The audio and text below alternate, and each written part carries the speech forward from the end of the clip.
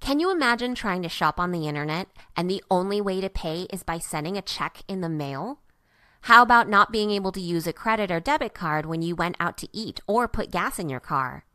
The way in which we transfer money has advanced tremendously over the last several years. PayPal, online bill pay, and mobile payments are all examples of recent advancements. These changes are referred to as electronic funds transfers, or the electronic transfer of money from one account to another.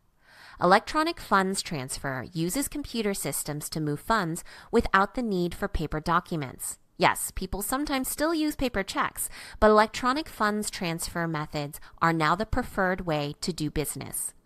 Let's look at several ways that you may currently use electronic funds transfer. Using a credit or debit card. Using this method, money is transferred electronically from your account to the seller's account. This is one of the most widely used forms of payment. In 2010, Visa and MasterCard processed over $5 trillion in transaction volume. Online bill payment.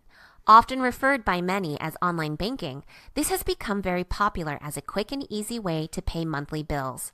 More than 2 out of every 3 bills are now paid in an electronic form. This has recently further evolved into the ability to pay bills directly from your mobile device or phone. Direct debit. This is often referred to as electronic checks or monthly auto draft. Individuals can set up a recurring schedule and payment instructions for companies to automatically pull money from their bank account to pay for bills or services. Many people pay their house or car payments this way. The method simply requires sending the institution a voided check with your routing and account number. Direct deposit.